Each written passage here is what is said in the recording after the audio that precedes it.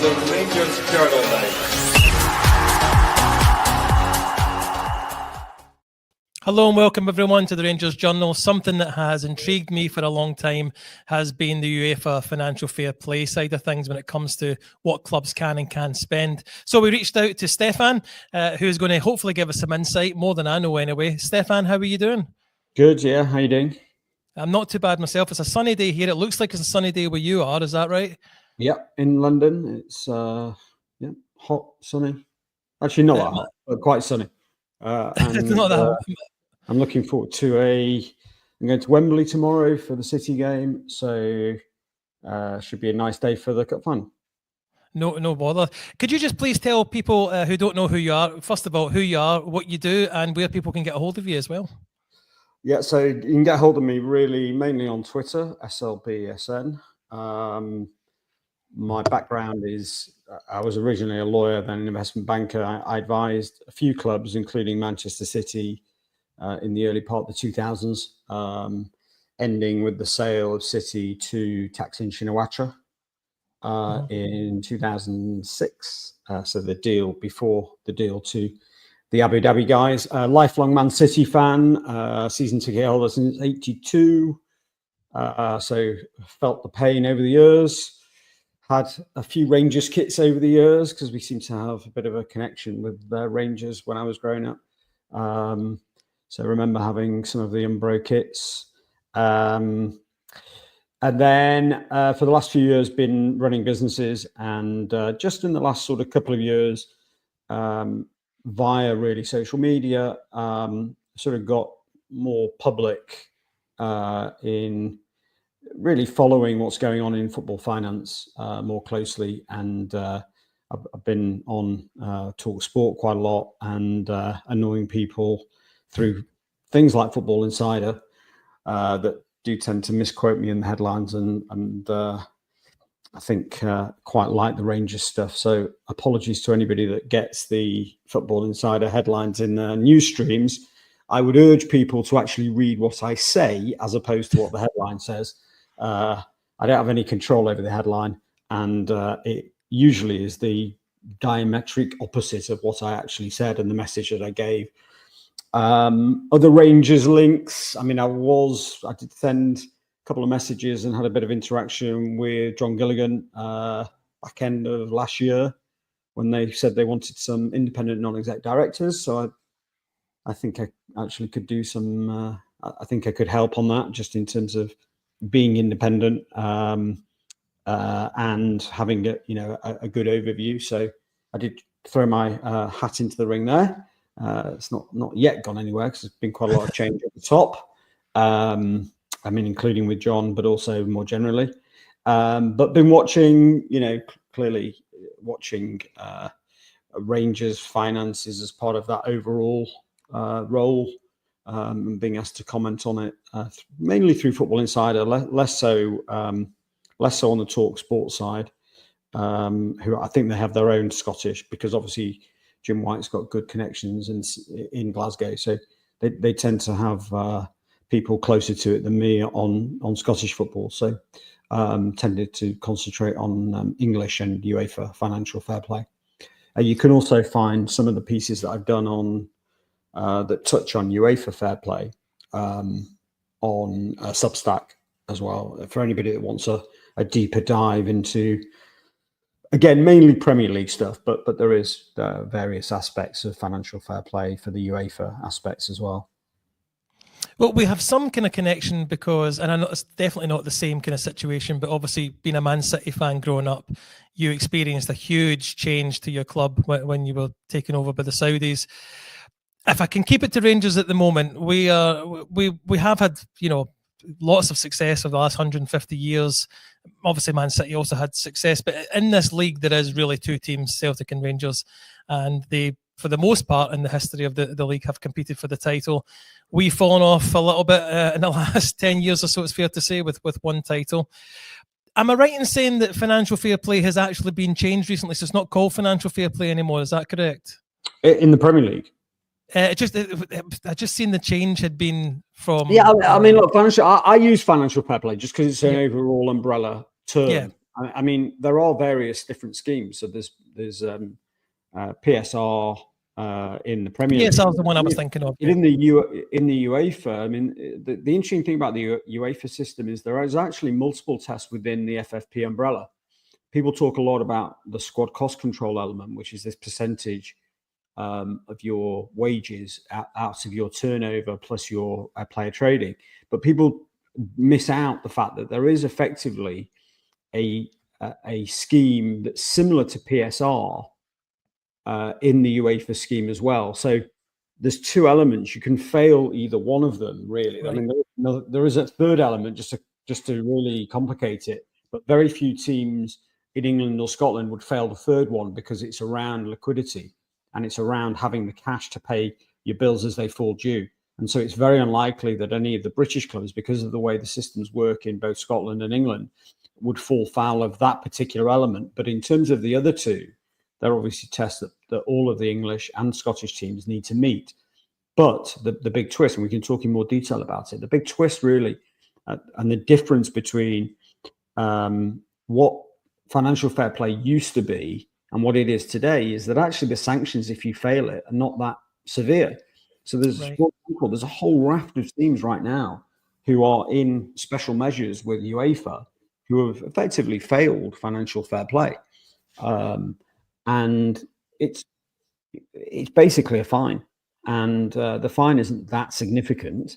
I mean, it's more significant in the context of Scottish teams just because the revenue is slightly lower, but it's not that significant in the grand scheme of things. And, you know, I think it will go to one of my observations more generally about Rangers and potentially the way forward.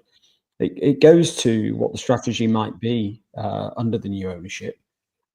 And I think it'll be positive for the fans because I think they might just go for it. And I think they might just go for it on the basis that actually the risk reward from being in the Champions League, you know, getting the minimum of 8 games and actually, you know, a good chance of having 10 games minimum, as opposed, you know, versus breaching UEFA financial fair play. I mean, that to me feels like the right balance. So I can see that an owner that's got money, and we're talking more detail about it, but an owner that's got money and got deep pockets, and you know the new owners certainly will have, you would think, are going to go for it, I think, because that's where the opportunity lies for Rangers. Unfortunately, the reality is the opportunity is not in Scotland and really never will be from a financial perspective. It can only really come from Europe. Mm-hmm. Well, let's start from where we're going to be, hopefully, in a couple of weeks' time, which is Andrew Kavanagh and a consortium of the San Francisco 49ers.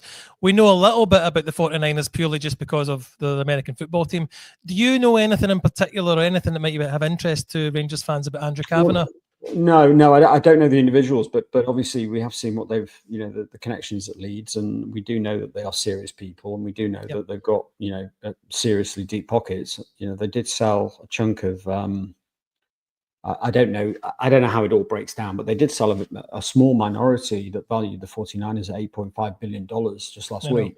So, you know, you're talking about people who have got great credibility. I think if you listen to any of the reps at Leeds speak, they're clearly very ambitious, clearly understand the dynamic and clearly understand the opportunity. And frankly, I can't see any purpose of them being involved in Rangers if they weren't going to go for it in that, frankly, American style, which we know is very different from a British investor. So I would think that it will be quite possibly transformational for Rangers going forward, because I just can't see that they're going to be interested in sort of a steady as you go type approach. I think that they will be focused on where is the opportunity, and they're going to get down to it pretty quickly. That the opportunities, as we, you know, I just touched on, is in UEFA, is in Europe, basically. Mm-hmm.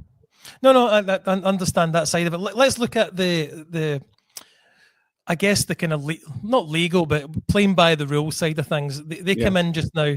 What's the framework of how they could invest money into, say, the playing squad first and foremost? Yeah, look. So the big restriction that they've got is only really the UEFA squad cost control, probably. And in the short term, the financial sustainability elements of those UEFA rules. In simple terms, they can lose around about 30 million euros a year on the sustainability. The issue with the sustainability element, and I think a number of the Premier League clubs are going to breach it quite considerably. So Chelsea, Villa, probably Nottingham Forest, and Newcastle, they all may breach it. So just to put into some sort of context, how relaxed people are going to have to be about breaching this, versus where we used to be years ago, where you were talking about being banned from the tournament. I think the initial the initial sanction, if you do breach, is not going to be that significant. And so I think the key area where they're going to be looking to invest is in the wage bill. And because we know that there is a direct link between wage bill and performance. And we also know that if you were to do the comparison between the Celtic range, it's a very simple equation. It's not like in other leagues where there's a complexity. We have a relatively simple equation when you come into the Scottish game, where somebody can say, well, look, we are going to have a budget of, let's say 30% more than Celtic. You would think that budget of 30% more, let's say another 20 million quid, all things being equal, as long as you've got the right setup of people, as long as you've got the right, I suspect that they're underdeveloped on the data side and all that. So it's all got to come with it. It's not just wages on the player side, it's wages on the infrastructure and being a modern football club. But you would think that what they would do is start to think about, what can we get from, let's say, another 25, 30 million quid a wage bill? Where does that take us?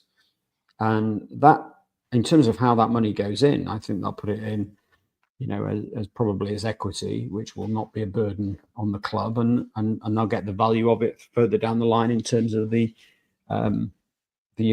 accretion of the value of the football club on a 5-10 year basis. So I would see the funding of it being really simple. I would see the issue being mainly on the financial sustainability UEFA test part of it.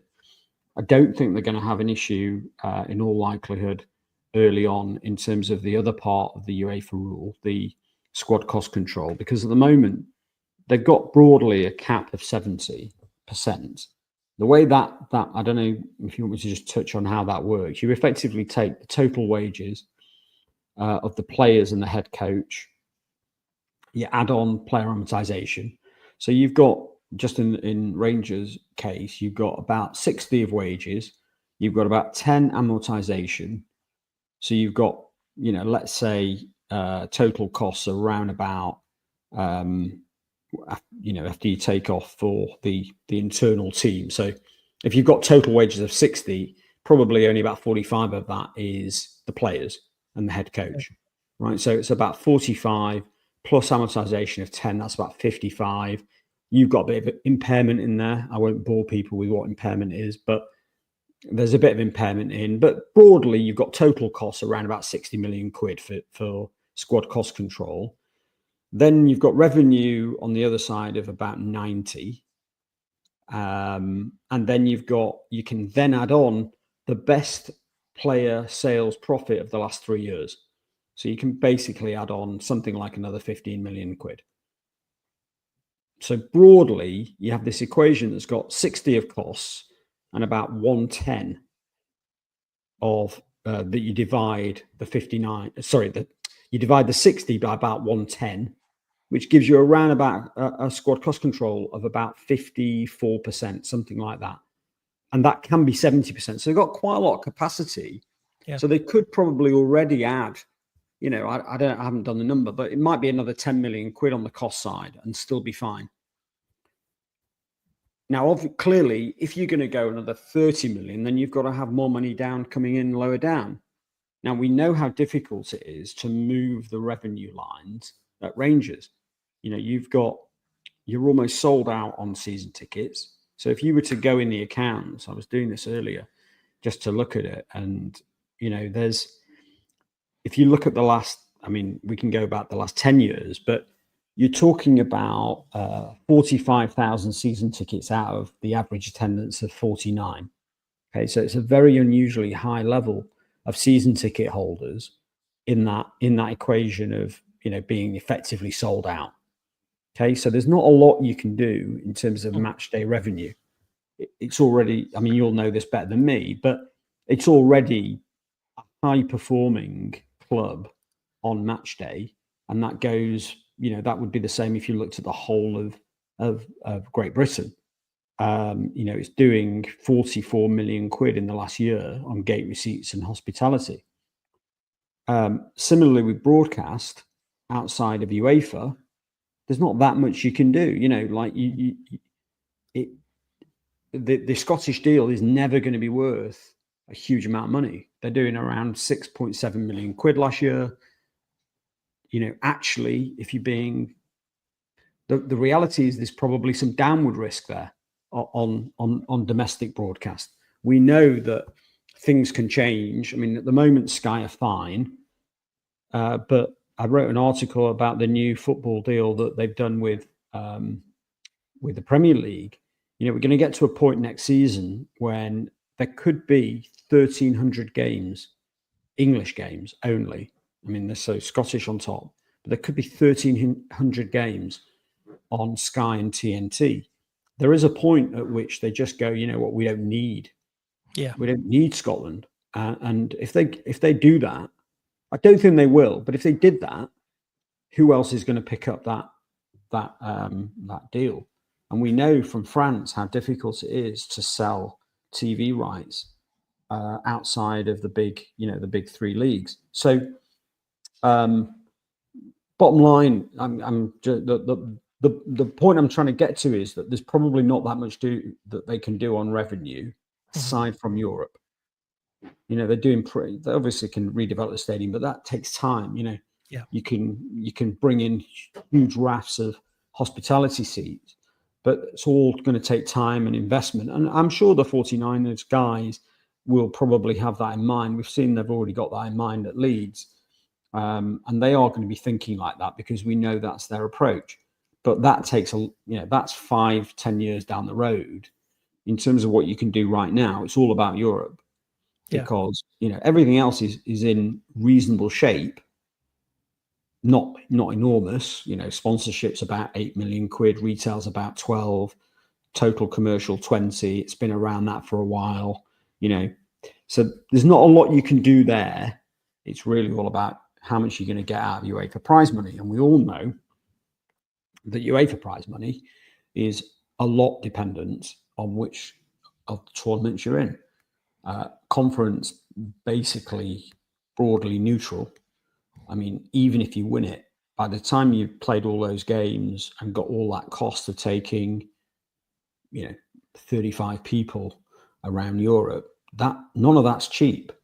And you're not getting it on the back end in terms of the prize money from UEFA. It's just very insignificant prize money. You might get it, Rangers are lucky enough to have, presumably, and you'll have to tell me, I haven't checked, I should have checked before, but if you were to have, let's say, a conference group game, is that something Rangers sell out at decent prices? Or is that something where to get it sold, you'd have to sell it for, £5 a ticket? No, it wouldn't be as low as £5 a ticket, but I think the group stages would be, you'd find it quite easy to get a ticket, if you know what I mean, for those games. Yeah. But I think Rangers fans, later in any kind of competition, I'm obviously seeing it with Europa League. I know that's a stage up, but there's high demand for European nights, especially just for, the last 10 years of what we've kind of went through. These nights have been few and far between until recently. So no, I think you wouldn't get the same prices, but to be fair, they've been charging us for games, the group stages have been dearer or just about as dear as Champions League games were in the past. So they've not dropped the prices for at least the Europa League level. And I'm assuming they would go up again for, to get back to the Champions League. If I can come back to really what I think the crux of what you're saying is there's no room for growth in the short term, income-wise, other than Europe. So the likelihood is this new consortium are going to go all in. Let's just say they do what you say and, the top 30 million and above what they're actually allowed to spend. Financially speaking, do you know roughly what the penalties would be if they did that from UEFA? Well, I don't think they'd be that significant. I mean, that's the equation that most people are looking at is a financial penalty on the squad cost control stuff. And I think, you're not going to be very much above on squad cost control, if at all. The only thing that we don't know at the moment, we'll find out in May when we get details of the likely failing by Villa and Chelsea in particular of the financial sustainability aspect. And I think they call it the stability test, the one that I told you about where you can lose up to 30 million euros a year, which is very similar to the PSR test that we have in the Premier League. Mm-hmm. Except that they don't accept things like the sale of the women's team and this famous Chelsea sale of the hotel. UEFA won't accept any of that stuff. Right. And they'll also discount a number of the transfers that have got swaps involved. So if you swap a player with another team, they reduce the amount that you're allowed to make by way of profit on that trade. So there's various tweaks that they make, and that's why I say Villa, Chelsea, Newcastle, and Nottingham Forest and Newcastle for next season, because they're not actually in Europe this season. But for this season, I think Villa and Chelsea will fall foul. For next season, I think all four of them will. But the point I'm making is that we're going to get some kind of indication as to how that's penalised in May. Okay, so sometime around now, it could even be next week, we should find out who breached that part of the UEFA rule and what the penalties are.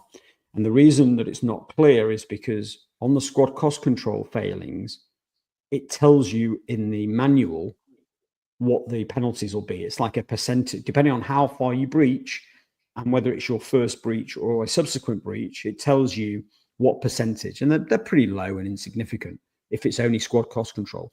But what it doesn't tell you in the rule book is what happens if you breach this other part, this sustainability and stability part that we're talking about now, which is, I think, Rangers' biggest risk. We don't know how they penalise that, so we'll find out soon.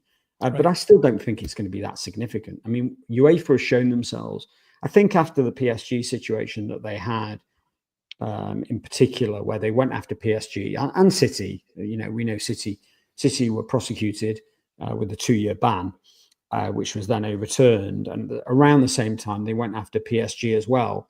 And that was also overturned because it was found that it was effectively, they'd missed their window to prosecute it. And I think after that, there seemed to be a different tone, possibly also on the back of the European Super League, that the whole approach was to be less harsh in the penalising of these sorts of breaches. So the bottom line is I don't think it should be the key worry. I think a new owner is going to come in, and I'm of course I'm guessing. I mean, I have no insight into what their actual plan is, but my perception would be they've seen the opportunity of UEFA and Champions League and creating a business that can, as they see it, a business that can have a regular stream of not just Europe, but of Champions League. Right. And, it's a huge amount of money now because of the way the Swiss system works. You're talking about, probably minimum £50. If you can get to that last couple of games, the playoff, or even better, a round of 16, you're talking about 50-60 million quid. So it's very, very significant money, and it's also quite a lot more at very early stages compared to the Europa League. That's also some risk, of course, because you're going to have a situation where Rangers are going to be competing with Celtic in a situation where Celtic initially, and certainly next season, will have the opportunity of Champions League if they get through the qualifier.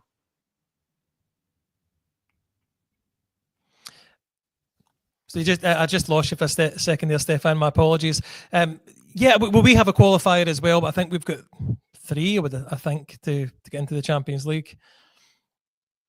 Yeah.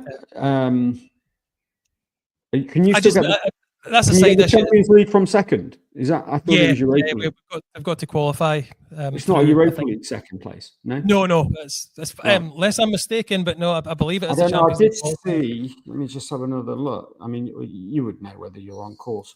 You say that, but sometimes I must have just misread it, because I thought what it said was. I was just looking at the table just getting it up now.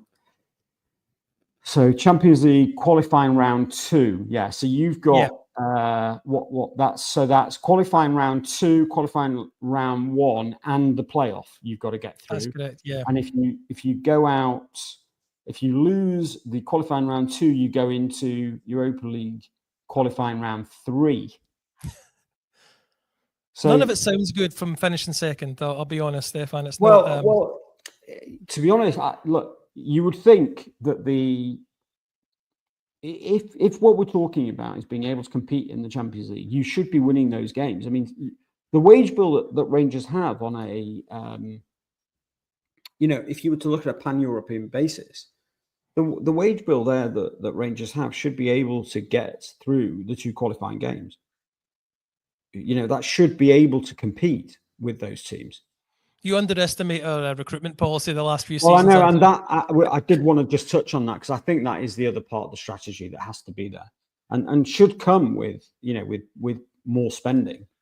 But if you were to compare and look at those profit from player sales, and that also includes youth. I mean, they're pathetic. They're actually pathetic across Celtic and Rangers, to be honest. Given the catchment area of Glasgow, if you were to look at it on a kind of what is going on there, it doesn't make a lot of sense, right? I mean, you're talking about players now, youth team players, and particularly if you look at, obviously, City are at the top of the game, but these young players are going for 20 million quid.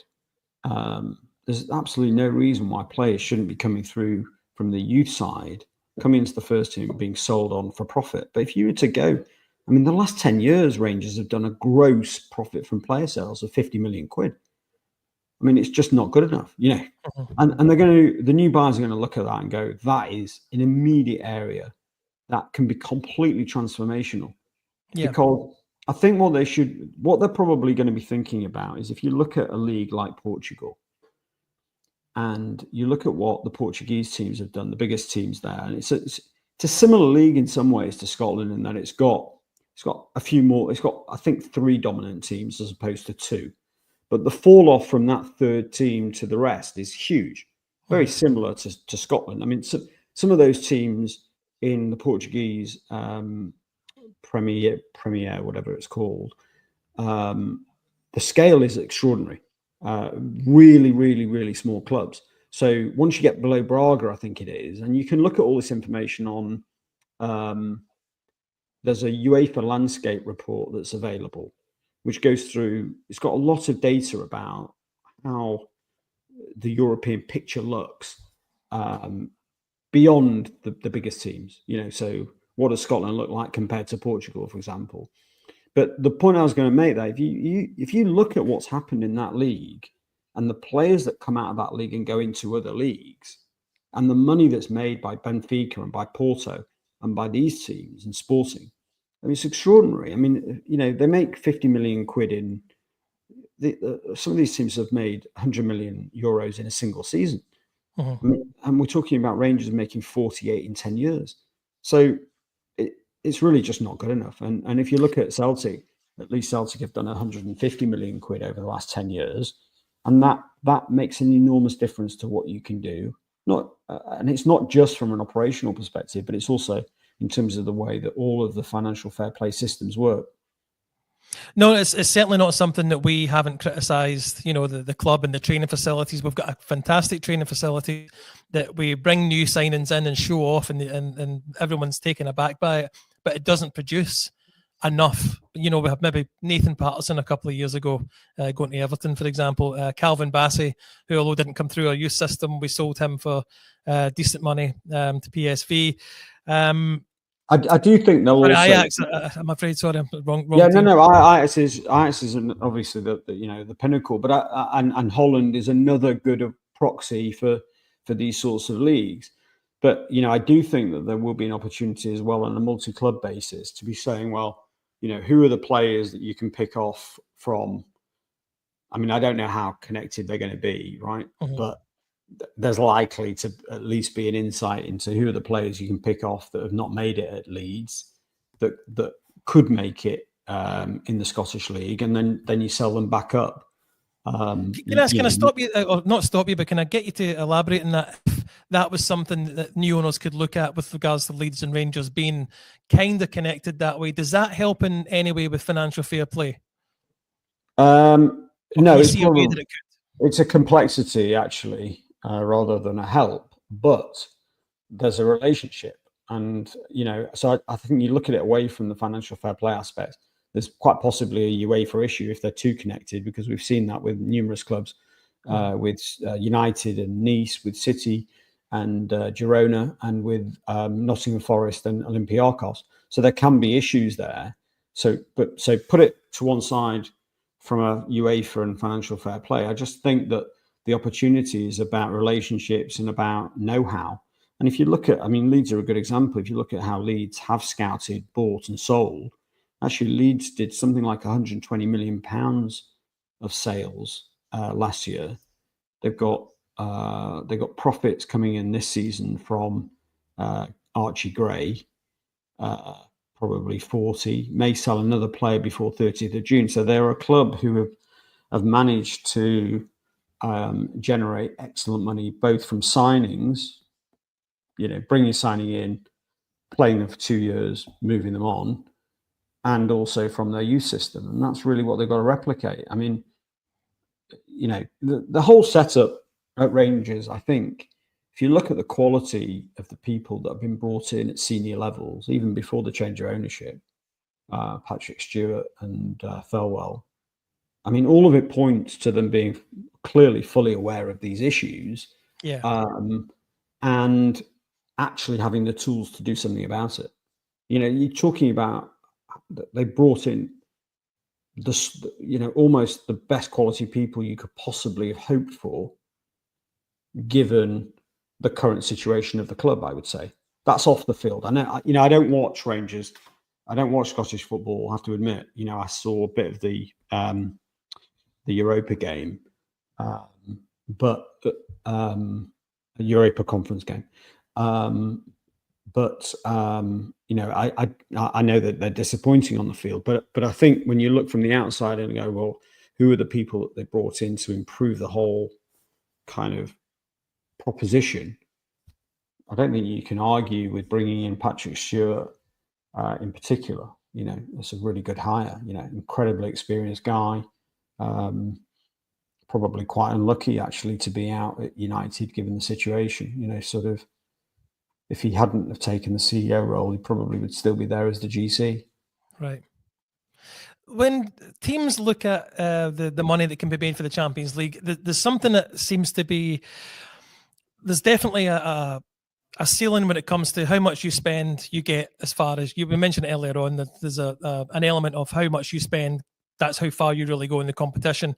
Is there a big jump up from, say, group stage money, and then you maybe need to spend another 30, 40 million to get to the later rounds, but you don't get that back, and the other side of things, that prevents teams from spending to get above that kind of level? Well, I mean, I think you've got to be realistic that, and I think this is borne out by what's happened with the Swiss model.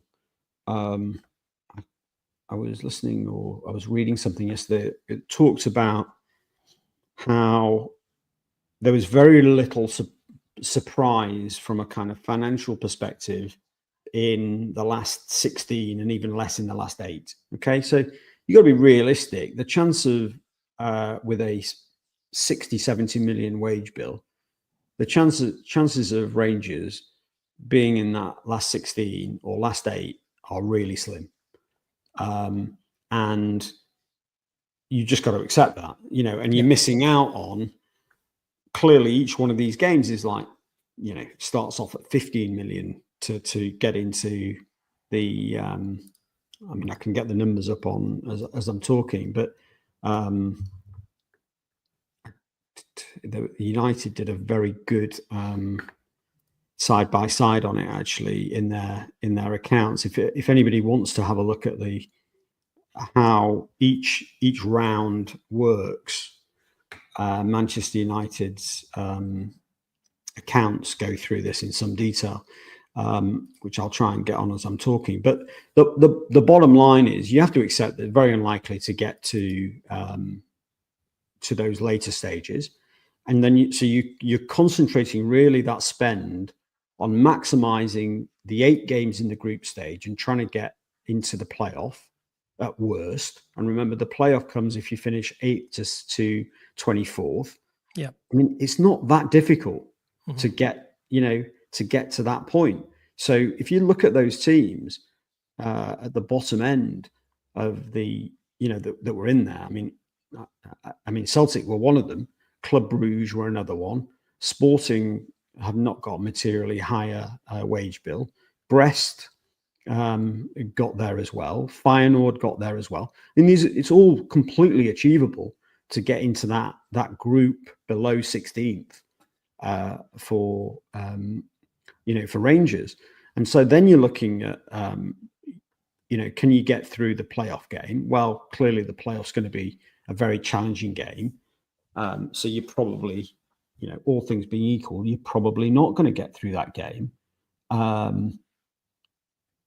But there's my main point on that is there's plenty to be made from going out, having got 9 points, say, plus 10 games. That's a very good season that then helps you as a building block each season to go forward, because it's now about 50 million quid. Yeah. That's difficult to swallow as a Rangers fan, to be honest with you, to get to that level and consider it a success. But it's going to be something we need to get used to, because that's where the money is going to be made, and that's where the flip side. Yeah, but the flip side is you say, right, well, we're not good enough to get final stages of the Champions League because we just don't have the budget, because all the teams around, in terms of, if we were to look at the quarterfinal lineup, right, of the Champions League. Let's have a look, and then top of your head, look at what their wage bills are. It's impossible. How can you possibly compete there at 60? So you're talking about Bayern Munich wage bill over 400 million euros, Inter probably over 250, Barcelona over 400 million euros, Dortmund over 250, Arsenal 350 million euros, probably around that. Madrid, 600 million euros. PSG, best part of 700 million euros. Aston Villa, 250 million euros. It's just not, unfortunately, that is the reality, is that it's just not going to be viable. And you've therefore got to concentrate on what's the best that we can do in terms of capturing that kind of £50 million pot per season. That's going to be transformational. If they can start to generate, maybe it's not going to be every season, but if you can regularly generate 50 million, this is the challenge if you don't, and Celtic do, of course. That's the flip side of it. But if you were to have 50 million quid coming in from UEFA revenue, including the matches that you're playing, so including net gate receipts, if you were to have that, that's just going to be completely transformational for the club. So that's where I think the focus has got to be. And it probably won't take that much more on the wage bill to get there, all things being equal. So certainly to spend correctly. Well, and that's the challenge, and they'll know that. But a lot of this stuff, you look at what's gone on over the years on player sales, therefore academy, and you go, there's something not right, so it's got to be done correctly. That's a guarantee. But I think that goes back to what we said before in terms of having the right people at the top that can bring in knowledge and understanding and quality that they've had in the Premier League in particular, and maybe other leagues as well. I have to see what happens with the manager, but I think there is an exciting opportunity there. from what I guess what you're saying, the two major things that they might be considering for income streams would be access to the Champions League, at least group stages on a regular basis, and improving the player sales from the youth in the area of Glasgow, I guess, would be the main thing. But I maybe further afield, getting the best, maybe across Europe or even Africa, to come to Rangers and sell them on for big profits. We've got a little bit of a hindrance, and you pointed it out, we've not got enough history of selling proven players. So we would need to start maybe a little bit lower than these Portuguese teams that you mentioned, fees, just purely because we don't have the history to back it up so far. But if we get that in motion, give us the best case scenario, if you're these new owners, what you'd be hoping to do at Rangers over the next 3 to 5 seasons. I think you can dominate domestically based on the fact that the revenue that comes in is then reinvested into the squad. Those players that are coming in that are improving within the domestic team and within Europe get better and better, and that becomes a revenue stream where those players are going to have to go. I mean, they will be a selling club, but it's just that right now, where Rangers are selling, they're making nothing from these sales. Yeah. So, but if you could generate 20 million quid from 2 player sales each season, plus 50 million quid from having Champions League football, and you start to, and that starts to add up year after year and is a cumulative thing, then Rangers can dominate. And then your opinion on the not likelihood, but the sanctions that you could face from making a large investment at the beginning are next to nothing. Probably. Well, it's not next to nothing. I mean, it will be a few million quid, but ultimately it's going to be irrelevant in the grand scheme of things. As long as they're there with the backing and they understand it's going to be, it's like Chelsea, just on a different scale, right? So Chelsea, they've done all the tricks to get through PSR, Premier League PSR, but the reality is they know they're going to get hit for some sanctions on something, but they just don't really care. It's all lost. It's a cost of doing business. It's a cost of the development plan to get from A to B as quickly as possible. And so I think that from a financial fair play perspective, unless we get a big shock that comes out of the breaches of some of the other teams coming up in the next few weeks, which I think is unlikely, unless we get a big shock, then I think the sorts of fines that they can, and you can have a look at I haven't got them just to hand, but you can Google the fines that PSG, Juventus, Roma, the whole load of teams are in a settlement regime, as it's known, with UEFA. And they're in that for like 2 or 3 years. They have certain restrictions. They've got to be heading in the right direction. You can see what the fines are there. There's like an initial fine and then there's a suspended fine. The only team that's got a really significant fine is PSG. And that's partly because they're so much bigger than everybody else. The breaches were that much bigger. And because it's their some like third time of failing. But everybody else has got, 5 million euros or whatever it is. It's just not something that I think would be that big a deal in the grand scheme of, okay, well, we're going to go from a team that's either not getting through the qualifiers and therefore is ending up in either the Europa or the conference or even worse. And, there is some risk here because you can go out, you have no guaranteed place from where you are. It shouldn't happen, but, bad things can happen. So it shouldn't happen. But to go from there to effectively where Celtic are with that additional position where I think it is one qualifying game and a lot less risk, that's just the cost of doing business, a £5 million fine maybe in 2 years' time. It's like, really, who cares? Obviously the owners care because it's in the grand scheme of things. But if you go into this situation where you're going to potentially start to move the revenue up by, let's say, 30 million quid, because you're going to have the difference between where you are now and let's say 50. So you're going to move the revenue up 30 million quid. You're going to have, obviously, you're going to move the other lines of that revenue up a little bit. I was just saying they're not going to be very dramatic. So they're going to go up by inflation plus 5%, let's say, steady increases there. But on top of that, you're going to also have the potential of actually starting to generate proper money from trading players. That's going to be transformational, the two things together.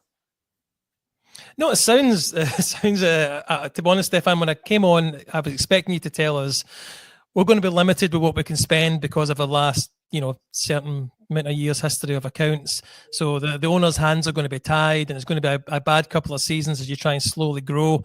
But from what I don't think I'm even reading between the lines, if you were these owners, you'd be coming in and going, well, this small fine of possibly £5 million against a possible income of 50 to 60 million is nothing compared to maybe only making 5 or 10. So you may as well spend the money in the beginning. Yeah, because I don't see why else you do it. It's just not, if you're an American owner coming in and you're just going to sort of bob along doing what's been done over the last few years, not make any kind of dramatic investments. I mean, we're not talking about, in absolute terms, we're not talking about huge amounts being required.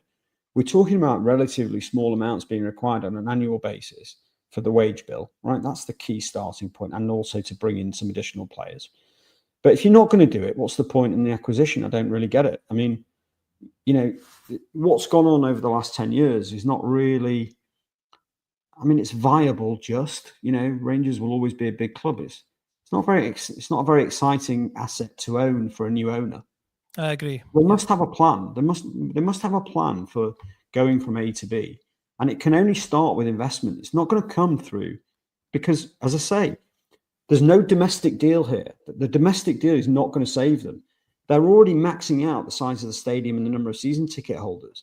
So without a development of the stadium and hospitality areas, there's not massive things they can do there. So where is the money going to come from? It can only come from Europe, and you can only do better in Europe and have a better chance of the Champions League by investing in the squad.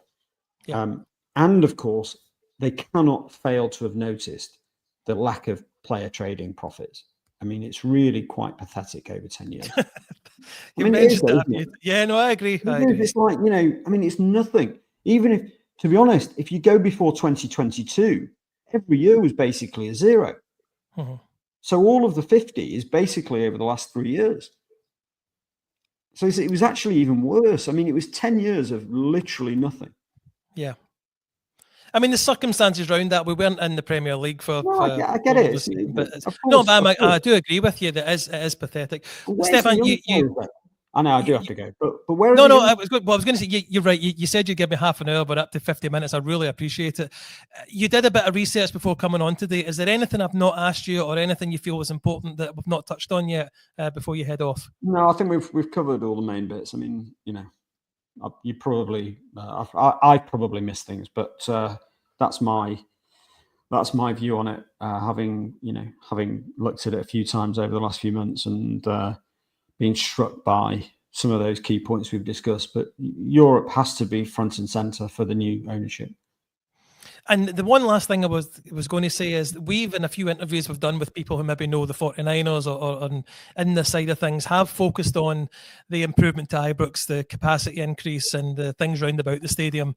But from what you're telling me today is that's not really going to be, as much as I'm sure they will do it in time, that's not going to be their main goal of generating income in the short term. Well, look, Americans are obsessed with redeveloping these stadiums. We know that from all the teams that are currently looking at redeveloping the stadiums around the Premier League and actually around Europe as well. So wherever there's an American owner, they're talking this game. That it's almost the only infrastructure building that's going on in the whole of the UK right now. If you look at, the number of clubs who are saying they're going to do a very big new stadium redevelopment, and then try and think of other projects of that scale that are going on in the UK, there's no comparison. So don't get me wrong, it's a great idea to spend a fortune on the stadium. But one, the cost of these developments is enormous right now. We know that building costs have gone through the roof, both because of the underlying costs of the supplies, but also of the labour. And you've got to always ask yourself, where is the additional revenue coming from once you've built it? So, I don't know how much untapped, for example, can Rangers sell a £5,000 tunnel club seat per game? And how many can they sell? Maybe they already sell them, I don't know. But, how many more season ticket holders are untapped? I don't know. But, it's not cheap to put a new tier on a stadium. It's not cheap to knock down a stadium and build a whole new one. So, yes, on a spreadsheet somewhere, the idea might be that over the next 10 years, they'd love to build a stadium. But I would say for the fans, it would actually probably be a short-term negative, because I think all that would happen, and you'll see it at all of these clubs that are building aggressively in the Premier League, is that the clubs are going to have to be restrained on the other side of things, because it's really, really expensive to build new stadia. So, they'll probably start by doing a lot of the stuff that's been done at Newcastle. And you might tell me it's already happening outside the ground, but, sort of more catering, like this box park stuff. I don't know if you've seen any of that stuff, or the stuff that's outside the stadium at Newcastle, where they've built, it's like storage, like a crate, containers, shipping containers, formed into retail. So, it's branded up, and people go and they'll spend a couple of hours early. But, these sorts of things anyway, that they're only relatively minor incremental increases on profit. So that even if they generate big amounts of revenue, the amount that falls down to the bottom line, because it's low margin stuff, you've got food cost, so you might have a decent gross margin, but your actual net margin that goes into the coffers of the club as profit tends to be fairly modest. So but that's how you'd start doing it. That's how you'd start, capturing more money. But remember, more match day revenue is really just more money coming out of the pockets of the fans. So, it's not that exciting for the fans. But the best way of doing it is to be in exciting European games and generating through there, if it can be done. Or, as I say, selling footballers rather than, not making any profit for 7 out of 10 years. I know. Well, look, Stefan, thank you again so much for coming on. We do appreciate it, and I'm sure all listeners have really appreciated the things you've said. It's actually, I'm really, really chuffed. So thank you very much for coming on. Everyone, again, say that again, mate. I hope I'm right. I do as well. Everyone, thank you very much for watching. Please like and subscribe to Rangers Journal on YouTube, and you'll get notifications for new pods when they come out live. Also, head over to our sponsor at Off to the Match I Go, where there is Rangers memorabilia. Use the code Journal10 to get 10% off there. So thank you everyone for watching, and thanks again, Stefan. Cheers.